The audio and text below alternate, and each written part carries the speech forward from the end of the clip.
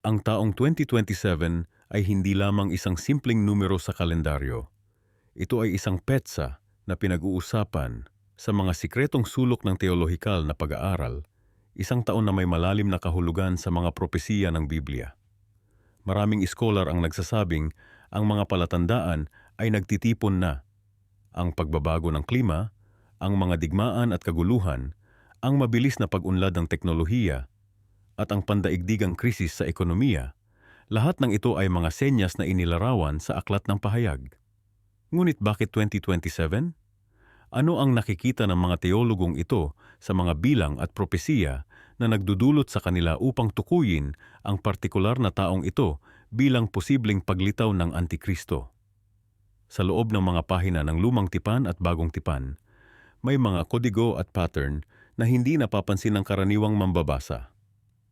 Ang mga simbolo ng 73 at 666. Lahat ng ito ay nagkakabit sa isang timeline na nagtuturo sa atin sa isang kritikal na sandali sa kasaysayan ng sangkatauhan. Ang mga propesiya mula sa Daniel, Ezekiel at Pahayag ay nagsasama-sama sa isang nakakabahala at mahiwagang paraan. Ang mga kalkulasyon na dating itinuturing na haka-haka lamang ay ngayon ay sinusuportahan ng mga pangyayari sa mundo na tila sumusunod sa isang nakaplanong script. Ang paglaganap ng teknolohiya ng AI, ang pagbabago ng global na kapangyarihan, at ang pag-usbong ng bagong pandaigdigang kaayusan, ang mga ito ba ay nagpapahiwatig ng isang panahon na matagal nang ipinropesiya? Sa video na ito, bubuksan natin ang mga selyadong lihim na ito, susuriin ang mga ebidensya, at titingnan kung paano binibigyang kahulugan ng modernong teolohiya ang mga sinaunang salita upang iugnay ang 2027 sa paglitaw ng tinatawag na Antikristo. Ang mga propesiya sa Biblia ay palaging naging paksa ng masidhing pag-aaral at interpretasyon sa buong kasaysayan ng Kristyanismo. Ngunit sa panahong ito, isang partikular na taon ang nagiging sentro ng maraming teolohikal na diskusyon. Ang taong 2027. Hindi ito basta-bastang numero lamang. Para sa maraming iskolar ng Biblia at teolohista, ang taong ito ay maaaring magmarka ng isang mahalagang yugto sa propesiya ng huling araw. Ang konsepto ng Antikristo ay nakaugat sa malalim na tradisyon ng Kristiyanong eskatolohiya. Ito ay isang figura na inilalarawan sa mga sulat ni Apostol Juan at sa aklat ng Pahayag bilang kalaban ni Kristo, isang mapanlinlang na leader na darating bago ang pangalawang pagdating ng Mesiyas. Ayon sa ilang interpretasyon, ang Antikristo ay hindi lamang isang individual, kundi maaari ring maging isang sistema o ideolohiya na sumasalungat sa mga turo ni Hesukristo. Ngunit bakit nga ba ang taong 2027 ang tinitingnan ng marami bilang posibleng panahon para sa paglitaw ng Antikristo?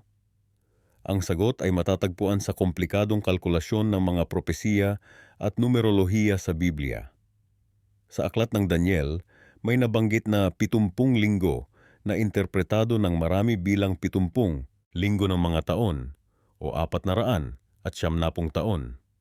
Kapag sinundan ang timeline na ito mula sa utos na muling itayo ang Jerusalem na naganap noong 400 at 57 taon bago ang kapanganakan ni Kristo, at idinagdag ang mga karagdagang propesiya sa Pahayag, maraming iskolar ang napunta sa konklusyon na ang 2027 ay maaaring maging kritikal na taon. Isa pang interesanteng aspeto ay ang konsepto ng 7 taong kapighatian na binanggit sa Biblia. Ayon sa ilang interpretasyon, ang panahong ito ay magsisimula sa pagpirma ng isang tipan ng kapayapaan sa pagitan ng Israel at kanilang mga kaaway, na pinangungunahan ng Antikristo. Ang ilang teolohista ay naniniwala na ang tipang ito ay maaaring mangyari sa taong 2027, batay sa mga kasalukuyang kaganapan sa gitnang silangan at ang lumalagong tensyon sa rehiyon. Ang mga tanda ng panahon ay isa ring mahalagang konsiderasyon. Sinabi ni Jesus sa Ebanghelyo ni Mateo na bago ang kanyang pagbabalik, magkakaroon ng mga digmaan, taggutom, salot, at likas na kalamidad. Sa nakaraang 2 dekada, nakita natin ang pagtaas ng mga kaganapang ito sa buong mundo. Mula sa pandemya ng COVID-19 hanggang sa lumalaking tensyon sa pagitan ng mga superpowers. Maraming naniniwala na ang mga ito ay mga tanda na malapit na ang huling araw. Hindi rin natin maaring baliwalain ang papel ng teknolohiya sa eskatolohikal na interpretasyon. Ang aklat ng pahayag ay nagsasalita tungkol sa isang marka ng halimaw na kailangan para makabili o makapagbenta. Sa panahon ng digital currency, facial recognition at advanced na biometric na teknolohiya, maraming naniniwala na ang infrastruktura para sa ganitong sistema ay naitatag na. Subalit, mahalagang tandaan na ang interpretasyon ng propesiya ay palaging naging paksa ng debate sa loob ng Kristyanismo. Maraming mananampalataya ang nag-aalala na ang sobrang pagtuon sa mga petsa at numero ay maaring ilihis ang atensyon mula sa pangunahing mensahe ng Biblia, ang kaligtasan sa pamamagitan ng pananampalataya kay Hesukristo. Gayunpaman, hindi maikakaila na ang pagtinging ang taong 2027 ay maaring maging panahon ng Antikristo ay nagdudulot ng malalim na pagninilay sa ating pananampalataya. Ito ay nag-aanyaya sa atin na suriin ang ating sarili, ang ating lipunan, at ang direksyon na tinatahak ng ating mundo. Sa panahon ng tumataas na sekularismo, moral na relatibismo, at pagtalikod sa tradisyonal na mga pinahahalagahan, ang babala tungkol sa Antikristo ay nagsisilbing paalala na maging mapagbantay at matatag sa ating pananampalataya. Marami sa ating mga mambabasa ang nagtatanong kung bakit ang taong 2027 ay napaka-espesyal sa mga propesiya. Ito'y hindi lamang isang simpleng bilang, kundi isang panahong matagal ng pinag-aralan ng mga eskolar ng Biblia. Ang 2027 ay lumalabas sa maraming kalkulasyon ng mga teologo, lalo na kapag pinag-uusapan ang mga hulang may kaugnayan sa pagdating ng Antikristo. Ang ating pagsusuri ay nagsisimula sa aklat ng Daniel, isa sa pinakamakapangyarihang aklat ng propesiya sa Lumang Tipan. Sa Daniel Kapitulo 9, mababasa natin ang tungkol sa 70 linggo o 700 taon na itinakda para sa bansang Israel. Ang huling linggo o 7 taon ay tinatawag na kapighatian, panahong maghahari ang Antikristo sa mundo. Ngunit paano natin ito ikokonekta sa taong 2027? Maraming iskolar ang naniniwala na ang mga palatandaan ng ating kasalukuyang panahon ay nagpapahiwatig na malapit na ang pagdating ng huling linggo ni Daniel. Ang mga kaganapan sa gitnang silangan, lalo na ang mga nangyayari sa Israel, ay tila nagpapatunay na ang mga propesiya ay unti-unting nagkakatotoo. Ang pagbabalik ng mga Judyo sa kanilang lupang tinubuan noong 1948 ang pagbawi ng Jerusalem noong 1967 at ang kasalukuyang mga alitan sa Temple Mount.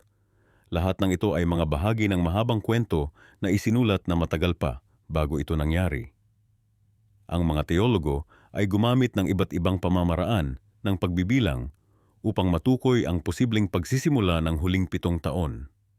Isa sa mga pinakakilalang kalkulasyon ay gumagamit ng Jubilee Cycles o mga siklo ng jubileo na binanggit sa Levitico Kapitulo 25. Ang bawat ika-50 taon ay isang jubileo, panahon ng pagpapanumbalik at kalayaan. Kung bibilangin natin mula sa mahahalagang pangyayari sa kasaysayan ng Israel, lalo na ang pagbabalik ng Jerusalem sa mga Hudyo noong 1967 at idadagdag ang mga siklo ng jubileo, maraming iskolar ang nakarating sa konklusyon na ang taong 2027 ay maaaring magsimula ng isang bagong panahon. Ngunit hindi lamang sa Biblia nagmumula ang interes sa bilang na ito. Kahanga-hanga kung paano ang iba't ibang kultura at tradisyon ay nagkakaroon din ng mga propesiya na nagtuturo sa parehong panahon. Ang mga Hopi Indians, halimbawa, ay may mga sinaunang hula na nagsasabing ang Fifth World o ang ikalimang mundo ay magsisimula pagkatapos ng isang panahon ng malaking pagsubok at pagbabago. Ang mga kalkulasyon ng kanilang kalendaryo, kapag inihambing sa ating modernong kalendaryo, ay nagpapakita ng pagkakatugma sa panahong malapit sa 2027. Maging ang mga astronomical events o mga pangyayaring astronomiko ay tila sumusuporta sa ideyang ito. May mga rare planetary alignments o bihirang pagkakahanay ng mga planeta na mangyayari sa paligid ng panahong iyon, na para sa ilang scholar ay nagpapahiwatig ng pagbabago sa cosmic cycles. Ang mga eclipse at meteor showers na nakapangalan na para sa mga susunod na taon ay nagdaragdag ng kababalaghan sa posibilidad na ang 2027 ay hindi lamang isang ordinaryong taon. Subalit, ang pinakamahalagang katanungan ay ano ang sinasabi ng Biblia na sabi, mismo tungkol sa pagkilala sa Antikristo? Sa Aklat ng Pahayag, sinabi na siya ay magkakaroon ng tatak at isang bilang, ang 666. Maraming interpretasyon ang umiiral tungkol sa kung ano ang ibig sabihin nito, mula sa gematria, ang pagbibigay ng numerical value sa mga letra, hanggang sa mga modernong teknolohiya tulad ng microchips at digital identification. Ang Antikristo, ayon sa Biblia, ay hindi agad makilala bilang isang kasamaan. Sa katunayan, siya ay unang lilitaw bilang isang tagapagligtas, isang dakilang pinuno na magdadala ng kapayapaan at katatagan sa isang mundo na naguguluhan. Siya ay magiging napakagaling magsalita, napaka-charismatic at makakaengganyo sa maraming tao, kabilang ang mga relihiyoso. Ito ay isang mahalagang babala. Ang kasamaan ay hindi laging dumarating na may malinaw na mukha ng kasamaan, kundi madalas na nakabalot sa mga pangako ng kapayapaan at kaligtasan. Marami sa ating mga nakababatid sa propesiya ay nababahala sa bilis ng paglaganap ng mga teknolohiyang maaaring gamitin para sa global control. Ang mga cryptocurrency, digital ID systems, at advanced surveillance technologies ay nagbibigay ng infrastructure na kinakailangan para sa isang pandaigdigang sistema ng kontrol na inilarawan sa Biblia. Ang pandemya ng COVID-19 ay nagpakita kung gaano kabilis maaaring magbago ang mga sistema ng mundo kapag may sapat na pressure, at kung paano ang mga paghihigpit sa kalayaan ay maaaring tanggapin ng publiko sa ngalan ng kaligtasan. Habang papalapit tayo sa 2027, maraming mga eksperto ang nagsasabing dapat tayong maging mapagbantay sa mga kaganapang pandaigdigan na maaaring magsilbing mga palatandaan. Ang pagtaas ng mga pandaigdigang krisis, mula sa climate change hanggang sa mga geopolitical tensions, ay lumilikha ng kapaligiran kung saan ang mga tao ay handang tumanggap ng mga radikal na solusyon at mga malakas na pinuno. Ang pagkilala sa Antikristo ay hindi tungkol sa pagtukoy sa isang individual ngayon, kundi tungkol sa pag-unawa sa mga kondisyon at palatandaan na magpapahintulot sa kanyang pagtaas sa kapangyarihan. Ang mga kondisyong ito ay tila umuusbong sa harap ng ating mga mata. Ang paghina ng mga tradisyonal na institusyon, ang pagtaas ng mga bagong uri ng kapangyarihan, at ang pagkasira ng mga moral na batayan ng lipunan. Ngunit may pag-asa pa rin. Ang Biblia ay hindi lamang nagsasalita tungkol sa pagdating ng Antikristo, kundi tungkol din sa pangwakas na tagumpay ng mabuti laban sa masama. Para sa mga naniniwala, ang mga propesiyang ito ay hindi lamang mga babala, kundi mga pangako rin, na sa huli, ang katotohanan at katarungan ay mananaig.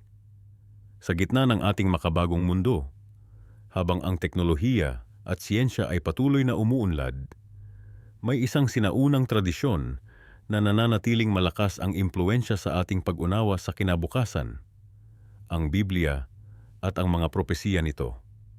Ang mga numerong nakasulat sa banal na kasulatan ay hindi lamang simpleng bilang, kundi may malalim na kahulugan na nagbibigay direksyon sa ating pag-unawa sa mga darating na pangyayari. Ang bilang na 22,027 o mas kilala bilang taong 2027 ay nagiging paksa ng masidhing pagtalakay sa mga nagpapahalaga sa biblikal na propesiya. Hindi ito basta-bastang taon lamang. Maraming iskolar ng Biblia ang naniniwala na ito ay maaaring maging panahon ng malaking pagbabago sa mundo. Isang panahon na maaaring may kaugnayan sa paglitaw ng isang kontrobersyal na figura na tinatawag sa Biblia bilang ang Antikristo. Ngunit bago tayo mahulog sa agos ng takot at pagkabalisa, mahalagang suriin natin ang mga katotohanan at ang malalim na pagpapaliwanag ng mga numerong ito sa konteksto ng Biblia. Ang pag-unawa sa numerolohiya ng Biblia ay hindi simpleng pagtukoy ng mga petsa at panahon. Ito ay isang komplikadong sistema ng pag-intindi sa mga simbolo at kahulugan na nakapaloob sa mga bilang na ito. Sa Aklat ng Pahayag o Apokalipsis, maraming bilang ang binanggit na may espesyal na kahulugan. Ang bilang na 7 ay kumakatawan sa kaganapan at kalubusan. Ang bilang na 666 ay iniuugnay sa Antikristo. Ang bilang na 1,000 ay simbolo ng isang mahabang panahon. Kapag pinagsama-sama natin ang mga ito at iba pang bilang mula sa Biblia, nakakakuha tayo ng isang komplikadong larawan ng kung ano ang maaaring mangyari sa hinaharap. Ngunit bakit nga ba ang taong 20-27 ang naging sentro ng atensyon? Ang sagot ay matatagpuan sa masusing pag-aaral ng mga propesiya ni Daniel at mga pahayag ni Juan. Maraming iskolar ang nagsasabing, ang taong ito ay tumutugma sa pagwawakas ng isang siklo ng propesiya na nagsimula noong unang nabalik ang Israel bilang isang bansa noong taong 1948.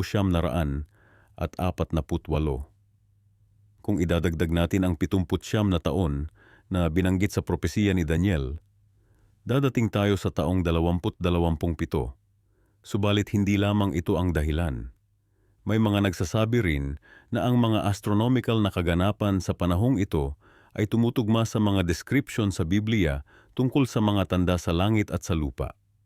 Ang mga eclipse, kometa at iba pang celestial na pangyayari ay itinuturing na mga palatandaan ng darating na pagbabago. Ngunit dapat nating tandaan na ang interpretasyon ng propesiya ay hindi eksaktong siyensya. Maraming beses sa kasaysayan na ang mga tao ay nagbigay ng mga prediction batay sa Biblia, ngunit hindi lahat ng ito ay nangyari ayon sa kanilang inaasahan. Ito ay dahil ang propesiya ay madalas na simboliko at hindi literal, at ang tamang interpretasyon nito ay nangangailangan ng malalim na pag-unawa sa konteksto at kultura ng panahon kung kailan ito isinulat. Ang paniniwala na ang taong 20-27 ay magiging panahon ng Antikristo ay hindi nangangahulugang dapat tayong matakot o mag-alala. Sa katunayan, para sa mga mananampalataya, ang mga propesiyang ito ay nagbibigay ng pag-asa at kapanatagan. Ito ay nagpapaalala sa kanila na ang Diyos ay may kontrol sa kasaysayan at na ang kanyang plano ay patuloy na isinasagawa anuman ang mangyari sa mundo. Ang Antikristo, ayon sa Biblia, ay hindi lamang isang simpleng kalaban. Siya ay isang mapanlinlang na figura na magtatangkang gayahin si Kristo at ililigaw ang marami. Ang kanyang pagdating ay itinuturing na isang tanda na ang huling mga araw ay malapit na. Ngunit kasabay nito, ito rin ay nagpapahiwatig na ang pangalawang pagdating ni Kristo ay hindi na malayong mangyari. Hindi natin dapat tingnan ang mga propesiyang ito bilang dahilan para matakot, kundi bilang isang paalala na maging mapagbantay at handa. Ang Biblia ay paulit-ulit na nagsasabing walang nakakaalam ng eksaktong oras o araw ng mga huling pangyayari kahit ang mga anghel sa langit. Ang ating tungkulin ay hindi ang mag-obses sa mga petsa at panahon, kundi ang mamuhay ayon sa mga turo ng Diyos at maging handa sa anumang mangyari. Sa gitna ng lahat ng spekulasyon at teorya, ang pinakamahalagang mensahe ng Biblia ay nananatili: ang pag-ibig, pananampalataya at pag-asa. Anuman ang mangyari sa taong 20-27 o sa anumang panahon, ang mga prinsipyong ito ang dapat na maging gabay sa ating buhay. Ngunit hindi natin maaaring balewalain ang mga tanda ng panahon. Ang mundo ay nagbabago sa isang bilis na hindi pa natin nakikita dati. Ang teknolohiya, politika, ekonomiya at lipunan ay lahat nagkakaroon ng malalaking pagbabago. Ang mga pangyayaring ito, kapag tiningnan sa liwanag ng Biblia, ay maaaring magbigay sa atin ng mas malalim na pag-unawa sa kung nasaan tayo sa timeline ng Diyos. Sa mga nakalipas na taon, napansin natin ang tumitinding kaganapan sa mundo, mula sa pandemya, digmaan, krisis pangkalikasan, hanggang sa mabilis na pag-unlad ng teknolohiya. Maraming mananampalataya ang nagsisimulang magtanong, malapit na ba ang katapusan ng mundo? Ang taong 20-27 ay lumitaw bilang isang kapansin-pansing petsa sa maraming pag-aaral ng propesiya. At ngayon, titingnan natin ng malalim kung bakit ito mahalaga sa konteksto ng pagdating ng Antikristo. Ang konsepto ng Antikristo ay hindi lamang isang katang-isip ng Hollywood o ng mga modernong manunulat. Ito ay malalim na nakaugat sa Biblia, partikular sa mga libro ng Daniel, Apokalipsis, at sa mga sulat ni Apostol Juan. Ang Antikristo ay inilalarawan bilang isang makapangyarihang pinuno na lalabas sa huling mga araw. Nagpapanggap bilang tagapagligtas ng mundo, ngunit sa katotohanan ay kalaban ng Diyos at ng kanyang mga tao. Sa aklat ng Daniel, may nakakaintrigang propesiya na tinatawag na 70 linggo ni Daniel. Ito ay isang timeline na ibinigay ng Diyos kay Daniel na naglalarawan ng 70 linggo o 77 taon na panahon na nagsisimula mula sa utos na muling itayo ang Jerusalem hanggang sa pagdating ng Mesiyas at ang mga kaganapan sa huling panahon.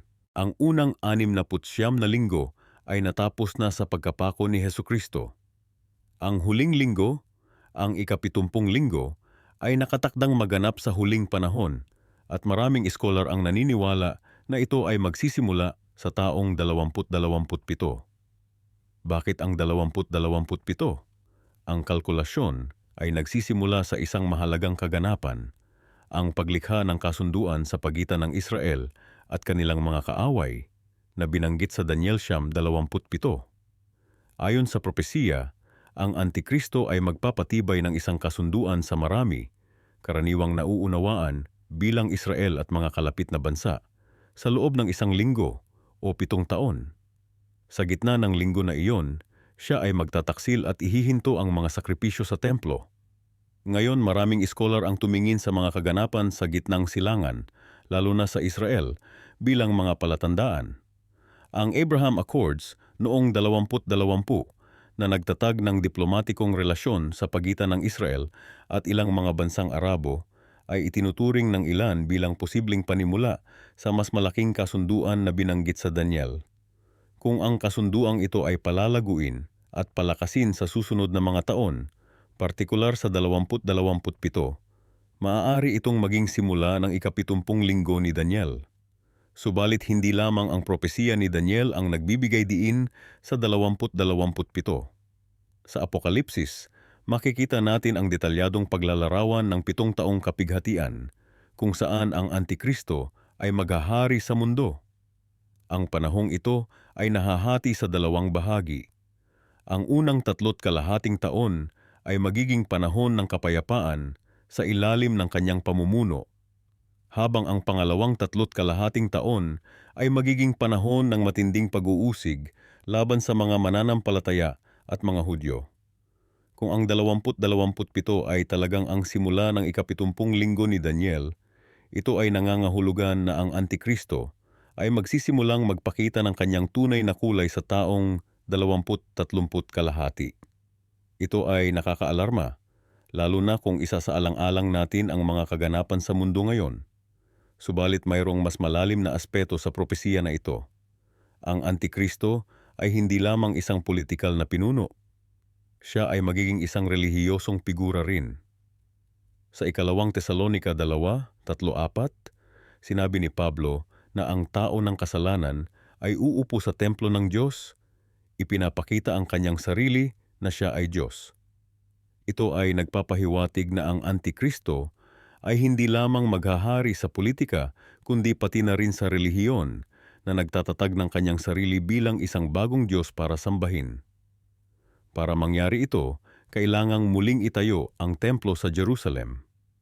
Sa kasalukuyan, ang Temple Mount, kung saan dating nakatayo ang templo ni Solomon at ang ikalawang templo, ay kinokontrol ng mga Muslim at tahanan ng Al-Aqsa Mosque at Dome of the Rock. Ang muling pagtatayo ng templo ay isang kontrobersyal at komplikadong issue, ngunit maraming grupo sa Israel ang aktibong nagtatrabaho patungo sa layuning ito. Ang Temple Institute, halimbawa, ay gumawa na ng mga kagamitan para sa templo at sinanay ang mga saserdote para sa mga ritual. Kung ang templo ay muling itatayo sa mga susunod na taon, maaari itong maging isa pang palatandaan na ang propesiya ay natutupad. na nagpapatibay sa kahalagahan ng 2027 bilang posibleng simula ng huling 7 taon bago ang pagbabalik ni Kristo. Ang isa pang aspeto na dapat isaalang-alang ay ang papel ng teknolohiya sa pagdating ng Antikristo. Sa Apokalipsis 13, mababasa natin na walang sinuman ang makakapagbili o makakapagbenta maliban kung mayroon silang marka ng halimaw. Sa nakalipas, mahirap isipin kung paano maipapatupad ang ganitong sistema sa buong mundo. Subalit sa kasalukuyang panahon ng digital na currency, biometric identification at artificial intelligence, nakikita natin kung paano posible ito. Ang mabilis na pag-unlad ng teknolohiya, lalo na sa larangan ng AI at digital na pagbabantay, ay lumilikha ng isang mundo kung saan ang isang pandaigdigang sistema ng pagkontrol ay hindi lamang posible kundi malamang. Sa 2027, ang mga teknolohiyang ito ay malamang na mas sopistikado pa na nagbibigay sa Antikristo ng mga kasangkapan na kailangan niya para ipatupad ang kanyang kapangyarihan sa buong mundo. Ngunit bago tayo matakot sa mga posibilidad na ito, mahalagang tandaan na ang propesiya ay hindi ibinigay upang takutin tayo kundi upang ihanda tayo. Sa Mateo 24:24-25, sinabi ni Jesus, sapagkat maraming magsisilabas na bulaang Kristo at bulaang propeta at magpapakita ng mga dakilang tanda at kababalaghan. Ano pat ililigaw nila, kung maaari, pati ang mga hirang. Narito ipinagpauna ko na sa inyo. Ang propesiya ay hindi tungkol sa takot. Ito ay tungkol sa paghahanda. Ito ay isang paalala na ang Diyos ay nasa kontrol, na siya ay may plano at na ang katapusan ay hindi ang kapahamakan, kundi ang pagbabalik ni Kristo at ang pagtatatag ng kanyang kaharian. Habang sinusuri natin ang kasalukuyang kalagayan ng mundo, hindi maiwasang mapansin ang mga kakaibang pagbabago na nagaganap sa ating lipunan. Ang mga palatandaang ito ay tila sumasalamin sa mga sinaunang hulang nakasulat sa Biblia. Ang mga pangyayaring dating itinuturing na katang-isip lamang ay unti-unting nagiging katotohanan sa harap ng ating mga mata. Sa aklat ng Apokalipsis, mababasa natin ang tungkol sa isang sistemang kontrolado ng isang pandaigdigang awtoridad. Ngayon, nakikita natin ang mabilis na paglaganap ng teknolohiyang nagbibigay daan sa mas mahigpit na pagsubaybay sa bawat individual. Ang digital ID, facial recognition, at social credit systems ay hindi na lamang mga konseptong nakikita sa mga pelikulang sci-fi, kundi realidad na sa maraming bahagi ng mundo. Isang kapansin-pansing halimbawa ay ang patuloy na pagsulong tungo sa isang cashless society. Sa Apokalipsis 13, versikulo 17, nakasulat, at walang sino mang makakabili o makapagbibili maliban sa may tatak. Hindi ba't ito'y nagkakatotoo sa ating panahon? Ang mga tradisyonal na paraan ng pamimili ay unti-unting pinapalitan ng digital na transaksyon. Sa ilang bansa, halos hindi na kailangan ang pisikal na pera para sa pang-araw-araw na pamumuhay. Ngunit hindi lamang sa ekonomiya nakikita ang mga palatandaan. Ang pagbabago sa klima ay nagdudulot ng mga kakaibang kalamidad sa iba't ibang sulok ng mundo. Ang matitinding bagyo, pagbaha, tagtuyot at lindol ay nangyayari ng mas madalas at mas matindi kaysa dati.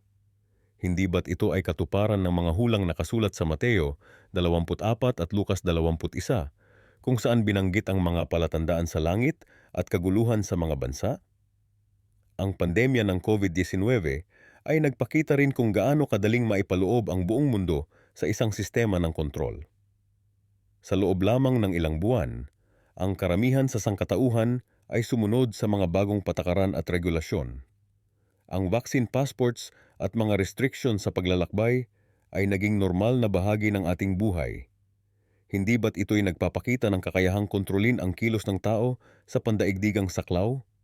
Samantala, ang mabilis na pag-unlad ng artificial intelligence ay nagbubukas ng mga bagong posibilidad para sa pagmamanipula ng impormasyon at pagkontrol sa masa. Ang mga deepfake videos at advanced na algorithm ay nagpapahirap sa pagkilala ng katotohanan mula sa kasinungalingan.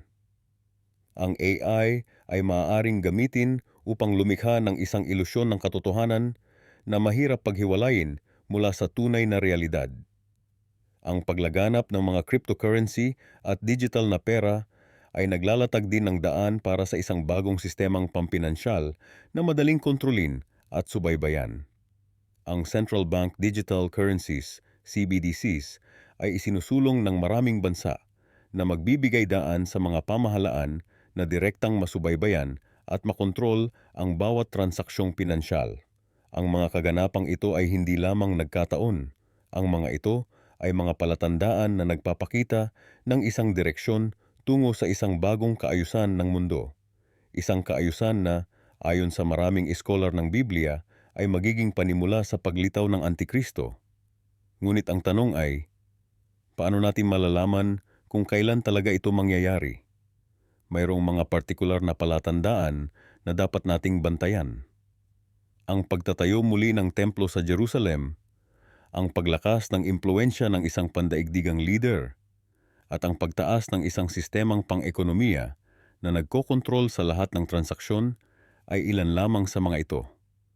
Habang papalapit tayo sa taong 2027, ang mga palatandaang ito ay nagiging mas malinaw at mas kapansin-pansin.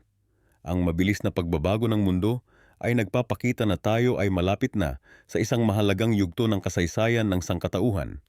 Isang yugto na, ayon sa maraming paniniwalang relihiyoso, ay magmamarka ng paglitaw ng Antikristo at ang simula ng huling mga araw. Ngunit hindi ito dapat maging dahilan ng takot o pagkabalisa. Sa halip, ito ay dapat magsilbing paalala na maging mapagbantay at handa sa anumang mangyayari. Sapagkat ang kaalaman sa mga palatandaang ito ay nagbibigay sa atin ng kakayahang maunawaan ang ating panahon at maghanda para sa hinaharap. Sa susunod na bahagi ng ating diskusyon, titingnan natin ng mas malalim ang mga partikular na hula sa Biblia tungkol sa Antikristo at kung paano ito maaaring maiugnay sa ating kasalukuyang mundo. Magiging interesante ang pagsusuri kung paano ang mga sinaunang tekstong ito ay nagbibigay ng insight sa mga kaganapan sa modernong panahon at kung paano tayo dapat tumugon sa mga ito bilang mga mananampalataya o bilang mga mamamayan ng mundo. Sa Aklat ng Pahayag, matatagpuan natin ang isa sa mga pinakamisteryosong bahagi ng Biblia, ang 7 selyo na magbubunyag sa mga huling pangyayari bago ang pangalawang pagdating ni Kristo. Ang mga selyong ito ay hindi lamang mga simbolo, kundi mga malalim na pahiwatig ng mga kaganapan na magaganap sa mundo bago ang katapusan ng panahon. Ang unang selyo, kapag binuksan, ay nagpapakita ng isang mangangabayong puti. Maraming iskolar ang naniniwala na ito ay kumakatawan sa Antikristo na darating bilang isang mapanlinlang na figura ng kapayapaan. Hindi siya darating na may hawak na espada, kundi isang busog, simbolo ng kanyang kakayahang magapi nang hindi gumagamit ng harapang dahas. Sa halip, gagamitin niya ang diplomasya, karisma at mapanlinlang na pangako ng kapayapaan upang makuha ang loob ng mundo. Sa pagbubukas ng ikalawang selyo, makikita natin ang isang mangangabayong pula. Ito ay kumakatawan sa digmaan at pagdanak ng dugo. Pagkatapos ng maikling panahon ng mapanlinlang na kapayapaan, ang tunay na katangian ng Antikristo ay maihahayag. Ang mundo ay malulugmok sa isang malawakang karahasan at digmaan na hindi pa nararanasan ng sangkatauhan. Isinulat sa Mateo Kabanata 24 na magkakaroon ng mga digmaan at mga balita ng digmaan, at ito ay magiging tanda ng katapusan. Ang ikatlong selyo ay nagpapakita ng isang mangangabayong itim na may hawak na timbangan. Ito ay simbolo ng tagutom at kakulangan ng pagkain na susunod sa digmaan. Ang ekonomiya ay babagsak at ang mga pangunahing pangangailangan ay magiging napakahirap makuha. Isipin mo, isang araw ng sahod para lamang sa isang takal ng trigo o 3 takal ng sebada. Ang langis at alak, mga produkto para sa mayayaman, ay hindi maaapektuhan na nagpapahiwatig ng lumalaking agwat sa pagitan ng mayaman at mahirap. Ang ika-4 na selyo ay nagdadala ng isang mangangabayong maputla at ang pangalan niya ay kamatayan na sinusundan ng Hades. Ito ay kumakatawan sa malawakang kamatayan dahil sa sakit, salot, at maging sa pamamagitan ng mababangis na hayop. Ikaapat na bahagi ng mundo ang mamamatay, isang bilang na hindi mailarawan sa kasaysayan ng sangkatauhan. Ito ay magiging panahon ng matinding paghihirap at pag-aagaw buhay. Ang ikalimang selyo ay nagpapakita ng mga kaluluwa ng mga pinaslang dahil sa kanilang pananampalataya. Ito ay kumakatawan sa matinding pag-uusig laban sa mga tunay na mananampalataya sa panahon ng Antikristo. Maraming magbibigay ng kanilang buhay dahil sa kanilang pagtanggi na sumamba sa Antikristo o tumanggap ng kanyang marka. Ang kanilang dugo ay magpapatotoo laban sa kasamaan ng mundo. Ang ika-6 na selyo ay magdudulot ng mga malalaking kalamidad at pagbabago sa kosmos. Lindol, pagdilim ng araw, pamumula ng buwan tulad ng dugo, pagbagsak ng mga bituin, at pagguho ng mga bundok at isla. Ito ay magdudulot ng matinding takot sa lahat ng tao, mula sa mga hari hanggang sa mga alipin, na magtatago sa mga kuweba at magdarasal na matakpan sila ng mga bundok upang makaiwas sa galit ng kordero. At sa wakas, ang ika-7 selyo. Kapag ito'y nabuksan, magkakaroon ng katahimikan sa langit sa loob ng kalahating oras. Isang nakakikilabot na sandali ng pag-aantabay bago ang sunod na serye ng mga paghatol, ang 7 trumpeta. Ang katahimikang ito ay parang hininga bago ang bagyo, isang sandali ng pag-aantabay bago ang mas matinding paghatol. Ngunit bakit mahalaga ang mga selyong ito sa usapin ng Antikristo at sa taong 2027? Maraming teolohikal na eskolar ang naniniwala na ang pagbubukas ng mga selyo ay magsisimula sa panahon ng matinding kapighatian, ang 7 taong panahon kung saan maghahari ang Antikristo. Kung susundin natin ang mga hula at palatandaan, at kung ang 2027 ay talagang magiging kritikal na taon sa propesiya, maaaring sa panahong ito magsisimula ang pagbubukas ng mga selyo. Ang Antikristo, ayon sa Biblia, ay maghahari sa loob ng 3.5 taon, ang ikalawang kalahati ng matinding kapighatian. Bago ito, magkakaroon siya ng 3.5 taon ng pag-akyat sa kapangyarihan at pagtatag ng kanyang impluensya. Ang kanyang tunay na katangian ay maihahayag lamang kapag siya'y nasa kalagitnaan ng kanyang paghahari.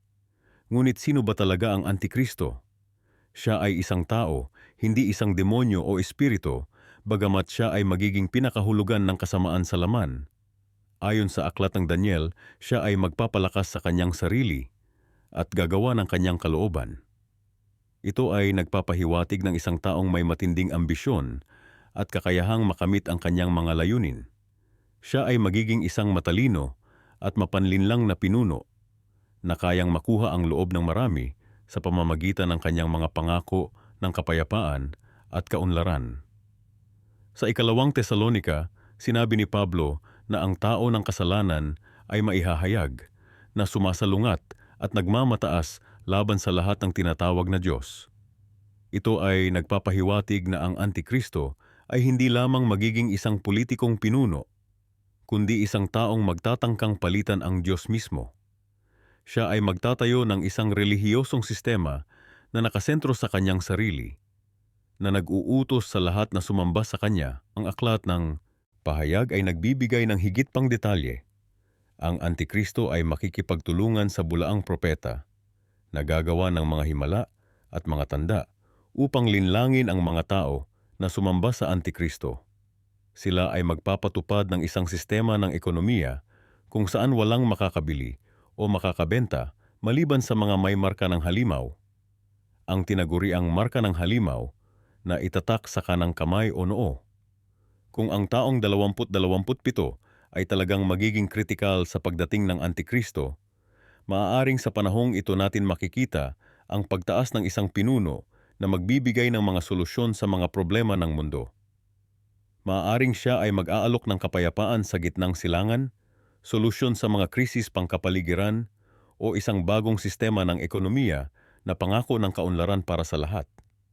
Ngunit tandaan, ang mga palatandaan ay hindi lamang para sa ating pagkakautang, kundi para sa ating paghahanda. Ang Biblia ay hindi nagbibigay ng mga hula upang masiyahan ang ating pagkamausisa, kundi upang ihanda tayo sa mga darating na panahon. Kung tayo ay tunay na naniniwala na ang mga huling araw ay malapit na, dapat tayong mamuhay ng may mas matinding dedikasyon sa katotohanan at sa paglilingkod sa Diyos. Sa pagpapatuloy natin sa pag-aaral ng mga propesiya at palatandaan, tandaan natin na ang ating pangunahing layunin ay hindi ang matukoy kung sino ang Antikristo o kailan eksaktong darating ang katapusan, kundi ang maging handa sa anumang panahon para sa pagbabalik ni Hesukristo.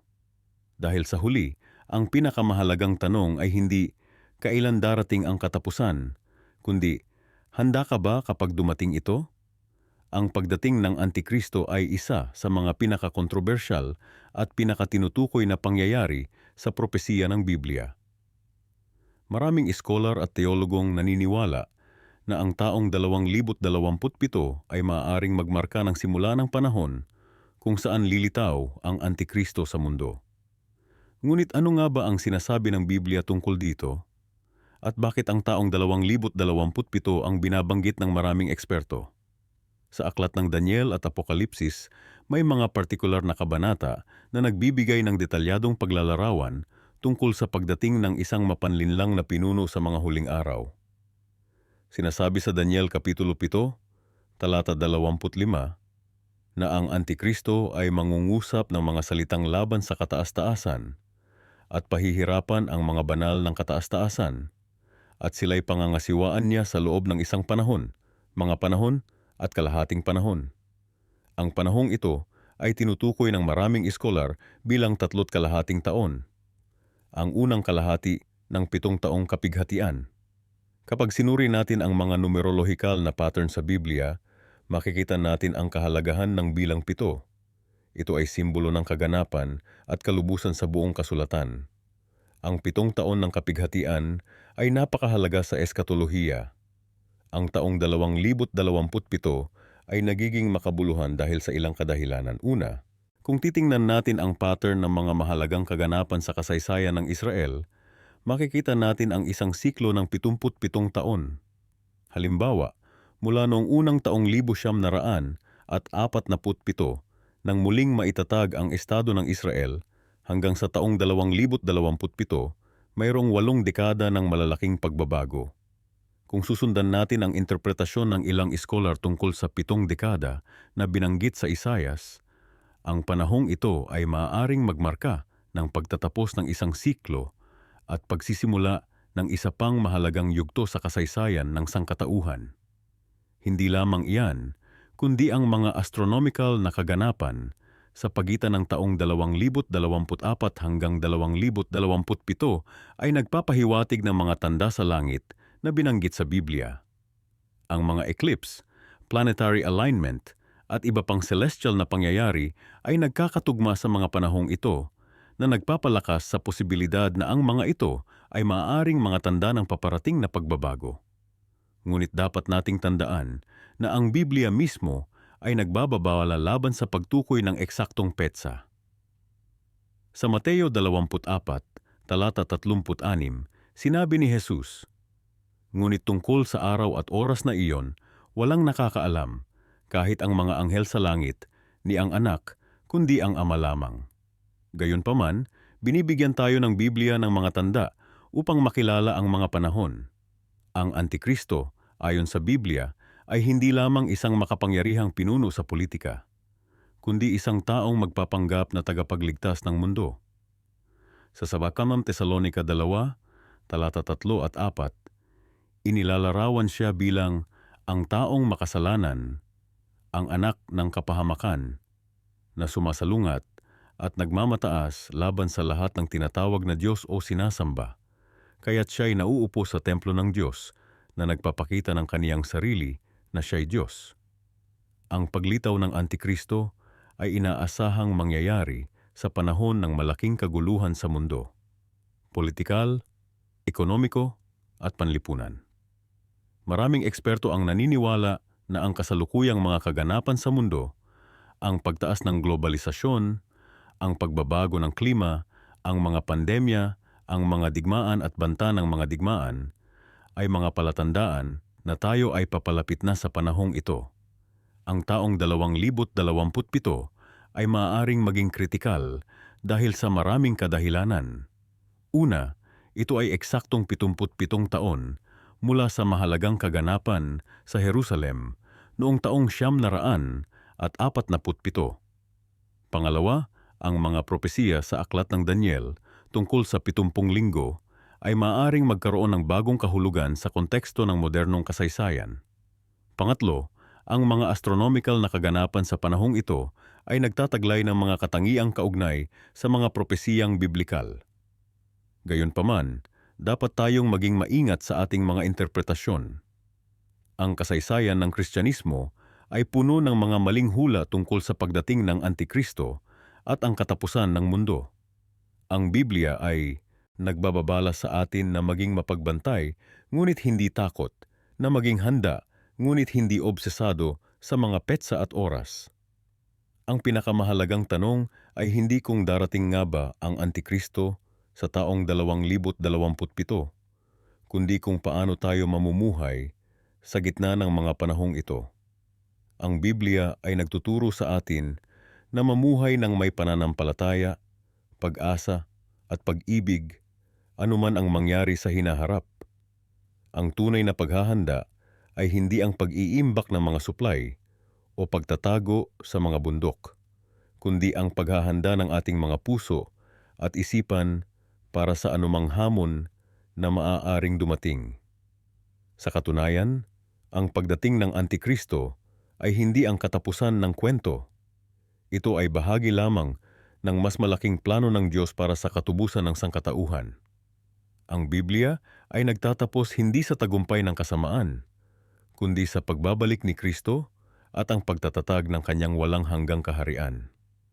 Kaya habang pinag-aaralan natin ang mga posibilidad na may kaugnayan sa taong 2027, huwag nating kalimutan ang mas malaking larawan. Ang ating pananampalataya ay hindi dapat nakabase sa takot sa Antikristo, kundi sa pag-asa kay Kristo.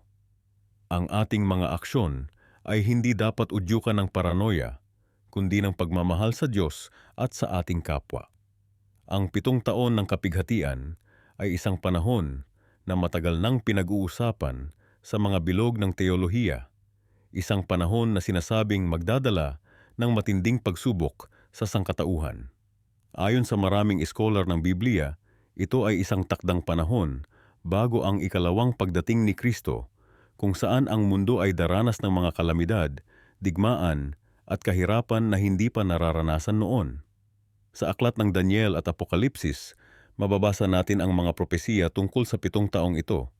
Ito ay hindi lamang isang simpleng panahon ng kahirapan, kundi isang panahon na may eksaktong layunin sa plano ng Diyos. Ang 7 taon ay nahahati sa 2 bahagi, ang unang 3.5 taon at ang ikalawang 3.5 taon na tinatawag na Great Tribulation o ang malaking kapighatian. Ang unang bahagi ay magsisimula sa isang tipan ng kapayapaan na itataguyod ng Antikristo. Maaring ito'y magmukhang isang panahon ng pag-asa at pagbabago para sa mundo. Ngunit sa kalagitnaan ng 7 taon, ang Antikristo ay magpapakita ng kanyang tunay na kulay. Babastusin niya ang tipan, ihihinto ang mga sakripisyo sa templo at itatayo ang abomination of desolation o ang kasuklam-suklam na bagay na magdudulot ng kapanglawan sa banal na lugar. Maraming naniniwala na sa panahong ito, ang Antikristo ay magdedeklara ng kanyang sarili bilang Diyos at hihilingin ang pagsamba ng buong mundo. Ang sinumang tumanggi ay haharapin ang matinding pag-uusig at posibleng kamatayan. Ang libro ng Apokalipsis ay nagsasasabi na sa panahong ito, ang marka ng halimaw ay ipapatupad at ang sinumang walang marka ay hindi makakabili o makapagbebenta. Ang ikalawang 3.5 taon ay magiging mas matindi. Ang aklat ng Apokalipsis ay naglalarawan ng mga salot, digmaan at kalamidad na magaganap sa panahong ito. Ang lawa ay magiging dugo, ang araw ay magdudulot ng matinding init, at ang kadiliman ay babalot sa trono ng halimaw. Ngunit sa gitna ng lahat ng ito, may mensahe ng pag-asa. Ang Diyos ay hindi iiwan ang kanyang mga tao. Sa katunayan, Ang aklat ng Apokalipsis ay nagsasabi na sa panahong ito, ang 144,000 Judyo ay seselyuhan ng Diyos para sa proteksyon at sila ay magsisilbing mga saksi sa mundo. Ang 7 taon ng kapighatian ay hindi lamang isang panahon ng paghatol, kundi isang panahon din ng pagbabago. Ito ang huling pagkakataon para sa sangkatauhan na magsisi at bumaling sa Diyos bago ang huling paghatol. Ang libro ng Apokalipsis ay nagsasasabi na sa kabila ng lahat ng mga salot at kahirapan, marami pa rin ang hindi magsisisi. Ngunit hindi lahat ay nawawalan ng pag-asa. Sa katapusan ng 7 taon, si Hesukristo ay babalik sa lupa kasama ang kanyang mga banal at tatapusin niya ang paghahari ng Antikristo. Ang halimaw at ang bulaang propeta ay itatapon sa lawa ng apoy at si Satanas ay igagapos sa loob ng 1,000 taon. Ang panahong ito ay hindi lamang isang kwento ng karahasan at kahirapan, kundi isang kwento ng katarungan at katubusan. Ito ay isang panahon kung saan ang Diyos ay gagawa ng kanyang huling hakbang para linisin ang mundo at ihanda ito para sa kanyang paghahari. Ngunit ang tanong na marami sa atin ay nagtatanong, kailan ito magaganap? Maraming scholar ang nagsasabi na ang mga pangyayari sa mundo ngayon ay nagpapakita na malapit na tayo sa panahong ito. Ang pagtaas ng mga digmaan, lindol, salot at karahasan ay nakikita bilang mga palatandaan na malapit na ang panahon ng kapighatian.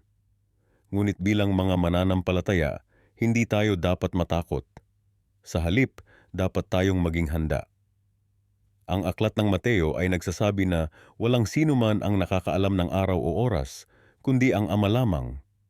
Ang ating tungkulin ay maging handa sa anumang oras, maging tapat sa ating pananampalataya, at patuloy na maglingkod sa Diyos hanggang sa kanyang pagbabalik. Sa susunod na bahagi, tatalakayin natin kung paano ang mga sinaunang propesiya ay nagbibigay ng mga detalye tungkol sa pagdating ng Antikristo at kung paano ito maaaring maiugnay sa mga kaganapan sa ating mundo ngayon. Manatiling nakatutok dahil ang mga palatandaan ay nagsasabing ang panahon ay malapit na. Ngayon, ating susuriin ang isa sa pinaka-controversial na paksa sa Biblia, ang pagdating ng Antikristo at ang panahon ng dakilang kapighatian. Maraming iskolar ng Biblia ang nagsasabi na ang taong 2027 ay maaaring maging simula ng isang panahon na matagal nang iprinopesiya sa banal na kasulatan. Ang konsepto ng Antikristo ay isang malalim na paksa na matatagpuan sa iba't ibang bahagi ng Biblia. Sa unang sulat ni Juan Kabanata 2, talata 22 sinasabi, "Sino ang sinungaling kundi ang tumatanggi na si Jesus ang Kristo? Siya ang Antikristo, ang tumatanggi sa Ama at sa Anak." Ngunit ang Antikristo na tinutukoy sa aklat ng Apokalipsis ay isang partikular na individual na lilitaw sa huling mga araw. Ang aklat ng Daniel at Apokalipsis ay nagbibigay ng mahahalagang detalye tungkol sa Antikristo. Siya ay inilarawan bilang isang mapanlinlang na pinuno na magpapanggap na tagapagligtas ng mundo. Sa Daniel Kabanata 7, talata 25, sinasabi na siya ay magsasalita ng mga salita laban sa kataas-taasan at uusigin ang mga banal ng kataas-taasan at iisiping baguhin ang mga panahon at mga batas. Sa madaling salita, ang Antikristo ay magiging isang mapanlinlang na pinuno na magtatangkang baguhin ang moral at espiritual na kaayusan ng mundo. Ngunit bakit ang taong 2027? Maraming teologong naniniwala na ang mga propesiya sa Biblia, lalo na ang 70 linggo ng Daniel, ay nagtuturo sa atin na ang panahon ng dakilang kapighatian ay malapit na. Ang 70 linggo ng Daniel ay isang propesiya na nagbibigay ng timeline para sa mga pangyayari mula sa panahon ng pagbabalik ng mga Hudyo mula sa pagkabihag sa Babylonia hanggang sa pagdating ng Mesiyas at ang huling panahon. Ang huling linggo ng Daniel o ang 70 linggo ay tinutukoy bilang isang 7 taong panahon kung saan ang Antikristo ay lilitaw at maghahari. Ayon sa interpretasyon ng ilang iskolar, ang mga kaganapan sa mundo ngayon, ang tumitinding kaguluhan sa gitnang silangan, Ang pag-usbong ng mga pandaigdigang organisasyon, ang pagbaba ng moralidad sa lipunan, at ang mabilis na pag-unlad ng teknolohiya ay mga palatandaan na ang huling linggo ay malapit nang magsimula. Ang Biblia ay nagsasabi rin na bago ang pagdating ng Antikristo, magkakaroon ng isang dakilang apostasiya o isang malawakang pag-iwan ng tunay na pananampalataya. Sa ikalawang sulat sa mga taga-Tesalonika, Kabanata 2, talata 3, mababasa natin, "Huwag hayaang malinlang kayo ng sinuman sa anumang paraan, sapagkat hindi darating ang araw na iyon malibang dumating muna ang apostasya, at mahayag ang taong makasalanan, ang anak ng kapahamakan." Ang taong makasalanan na tinutukoy dito ay ang Antikristo, ngunit hindi lamang ang apostasya ang magiging palatandaan. Ang Biblia ay nagsasabi rin na bago ang pagdating ng Antikristo, magkakaroon ng isang pandaigdigang sistema na magkokontrol sa ekonomiya. Sa Apokalipsis Kabanata 13, talata 16 hanggang 17, sinasabi, "At pinipilit niya ang lahat, maliliit at malalaki, mayayaman at mahihirap, mga malaya at mga alipin, na tumanggap ng isang marka sa kanang kamay o sa noo, at walang sino man ang makabibili o makapagbibili maliban sa may marka, ang pangalan ng halimaw o ang bilang ng kanyang pangalan." Nakakabahala na sa mundo ngayon, nakikita natin ang mabilis na paglipat patungo sa isang cashless society at ang pagtaas ng mga digital ID systems. Ang teknolohiya para sa isang pandaigdigang sistema ng ekonomiya ay nasa ating harapan na. Ang mga teknolohiyang ito, bagamat nagbibigay ng maraming benepisyo, ay maaari ring gamitin para sa malawakang kontrol at surveillance. Eksaktong uri ng sistema na kakailanganin ng Antikristo para ipatupad ang kanyang kapangyarihan. Bukod pa rito, ang Biblia ay nagsasabi na ang Antikristo ay gagawa ng isang kasunduan sa Israel na tatagal ng 7 taon, ngunit sisirain niya ito sa gitna ng panahon na iyon. Sa Daniel Kabanata 9, talata 27, sinasabi, "At pagtitibayin niya ang tipan sa marami sa loob ng 1 linggo, at sa gitna ng linggo ay patitigilin niya ang hain at ang handog." Ito ay nagmumungkahi na ang Antikristo ay unang magpapanggap na kaibigan ng Israel, ngunit sa huli ay ipapakita ang kanyang tunay na layunin. Ang mga kaganapan sa gitnang silangan, lalo na ang patuloy na tensyon sa pagitan ng Israel at kanyang mga kapitbahay, ay maaaring magbigay ng tamang kapaligiran para sa isang pinuno na mag-aalok ng kapayapaan sa rehiyon. Ang ganoong pinuno ay maaaring maging Antikristo na iprinopesya sa Biblia. Ngunit ang pinakamahalagang katanungan ay, paano tayo dapat tumugon sa mga posibilidad na ito? Ang Biblia ay hindi binigyan tayo ng mga propesiya upang takutin tayo, kundi upang ihanda tayo. Sa Mateo Kabanata 24, talata 36, sinabi ni Jesus, "Ngunit tungkol sa araw at oras na iyon, walang nakakaalam, kahit ang mga anghel sa langit, ni ang anak, kundi ang Ama lamang." Bagamat hindi natin alam ang eksaktong oras ng pagdating ng Antikristo, ang Biblia ay nagbibigay sa atin ng mga palatandaan upang maging handa. Ang ating focus ay hindi dapat sa pagtatakda ng mga petsa, kundi sa pagiging handa sa espiritual.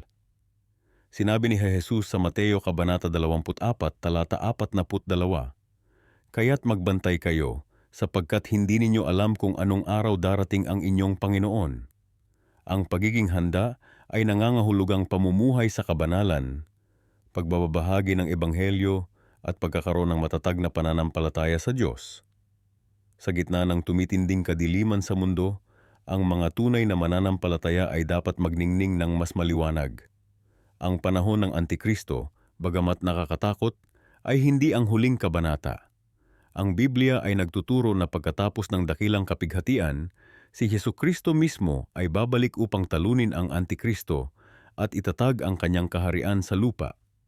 Sa Apokalipsis Kabanata 20, talata 4, mababasa natin, "At nakita ko ang mga trono, at sila na naupo sa mga ito ay binigyan ng karapatan na humatol.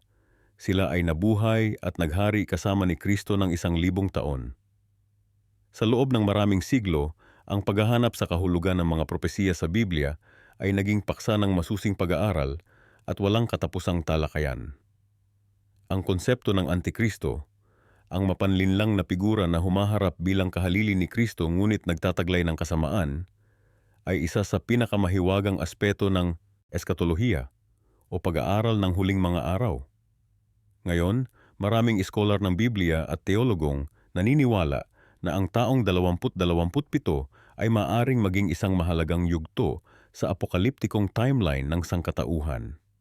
Ang pagtukoy sa taong 2027 bilang posibleng panahon ng paglitaw ng Antikristo ay hindi simpleng hula. Ito ay nakabatay sa masusing pag-aaral ng mga numerolohikal na pattern, mga propesiya sa aklat ng Daniel at Apokalipsis, at ang pagkakatugma ng mga kasalukuyang kaganapan sa mundo sa mga sinaunang babala. Kapansin-pansin na ang bilang na 7 ay may malalim na kahulugan sa Biblia na kumakatawan sa kaganapan o pagkakumpleto. Ang 27 bilang produkto ng 3 at 9 ay nagdaragdag ng karagdagang simbolikong bigat sa numerolohikal na pananaw. Sa aklat ng Daniel, may mga propesiya tungkol sa 70 linggo na maraming iskolar ang nagsasabing tumutukoy sa 77 taon na panahon. Kung susuriin natin ang mga pattern na ito at iuugnay sa mga modernong kaganapan, ang ilang iskolar ay nakakita ng koneksyon sa taong 2027. Ang kalkulasyon na ito ay kadalasang nagsasangkot ng pagsusuri sa mga mahalagang petsa sa kasaysayan ng Israel at ang pagbabalik ng mga Hudyo sa kanilang lupain noong 1948 na itinuturing ng marami bilang katuparan ng propesiya at pagsisimula ng countdown para sa huling mga araw. Hindi lamang sa lumang tipan, matatagpuan ang mga pahiwatig tungkol sa panahong ito. Ang Apokalipsis ay nagsasalita ng isang panahon ng 7 taon ng kapighatian, na hinati sa 2 bahagi ng 3.5 taon bawat isa. Maraming teologong naniniwala na sa pangalawang bahagi ng panahong ito, ang Antikristo ay magkakaroon ng buong kapangyarihan at ipapatupad ang kanyang mapanirang plano. Kung ang countdown na ito ay nagsimula sa ilang mga nakaraang kaganapan na itinuturing na propetiko, ang taong 2027 ay maaaring maging critical na punto sa timeline na ito. Ngunit ano ang ibig sabihin ng Antikristo sa modernong konteksto? Hindi lamang ito isang individual na may sungay at tinidor. Ayon sa Biblia, ang Antikristo ay isang mapanlinlang na leader na magdadala ng kapayapaan at kasaganaan sa simula, na makakakuha ng suporta ng mundo, ngunit sa huli ay maghahayag ng kanyang tunay na kalikasan. Siya ay magiging eksperto sa diplomasya, ekonomiya at relihiyon, na nagtataglay ng kakayahang pagsamahin ang mga magkakaibang puwersa sa ilalim ng isang pandaigdigang sistema. Kapansin-pansin na sa kasalukuyang panahon, nakikita natin ang mabilis na pag-unlad ng mga teknolohiya na maaaring magbigay sa ganap na kontrol sa populasyon ng mundo, mula sa mga digital currency at biometric identification hanggang sa mass surveillance at artificial intelligence. Ang mga sistemang ito ay maaaring maging mga kasangkapan sa kamay ng isang mapanlinlang na leader para kontrolin ang lahat ng aspeto ng buhay, tulad ng inilarawan sa Apokalipsis tungkol sa marka ng halimaw.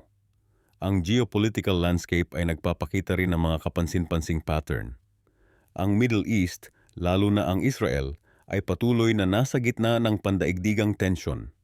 Ang pagbabalik ng mga Hudyo sa kanilang lupain at ang muling pagtatayo ng templo, isang kaganapan na maraming iskolar ang naniniwala na magaganap bago o sa panahon ng Antikristo, ay nagiging mas posible sa bawat dekada. Ang kasalukuyang mga alyansa at tensyon sa rehiyon ay tila nakahanay sa mga sinaunang propesiya tungkol sa mga bansa na magiging kalaban o kakampi ng Israel sa huling mga araw. Subalit, kailangan din nating maging maingat sa ating interpretasyon. Sa buong kasaysayan ng Kristyanismo, maraming mga maling prediksyon ang nagawa tungkol sa pagbabalik ni Kristo at ang paglitaw ng Antikristo. Mula kay Emperor Nero hanggang kay Napoleon, mula kay Hitler hanggang sa iba't ibang mga pope at politiko, maraming mga figura ang maling natukoy bilang ang Antikristo. Ang mga maling prediksyon na ito ay dapat magsilbing paalala na bagamat maaari tayong mag-aral ng mga propesiya at maghanap ng mga palatandaan, hindi natin malalaman ang eksaktong oras at petsa. Gayunpaman, Ang pagsusuri sa posibilidad na ang taong 2027 ay maaaring maging kritikal na panahon sa eskatolohikal na timeline ay hindi nangangahulugang tayo ay nagtatakda ng eksaktong petsa para sa katapusan ng mundo. Sa halip, ito ay isang pagkilala na ang mga kaganapan sa mundo ay tila mas mabilis na umaakma sa mga propesiya ng Biblia at ang taong iyon ay maaaring maging isang mahalagang yugto sa pag-unfold ng mga huling kabanata ng kasaysayan ng tao. Ang isa pang kapansin-pansing aspeto ay ang pagtaas ng sekularismo at moral relativism sa buong mundo na lumilikha ng isang espiritual na vacuum na maaaring mapunan ng isang karismatikong leader na nag-aalok ng mga simpleng solusyon sa mga komplikadong problema. Ang pagkasira ng mga tradisyonal na institusyon at sistema ng paniniwala ay maaaring maghanda ng daan para sa isang bagong pandaigdigang relihiyon o ideolohiya na pinamumunuan ng Antikristo tulad ng inilarawan sa Biblia.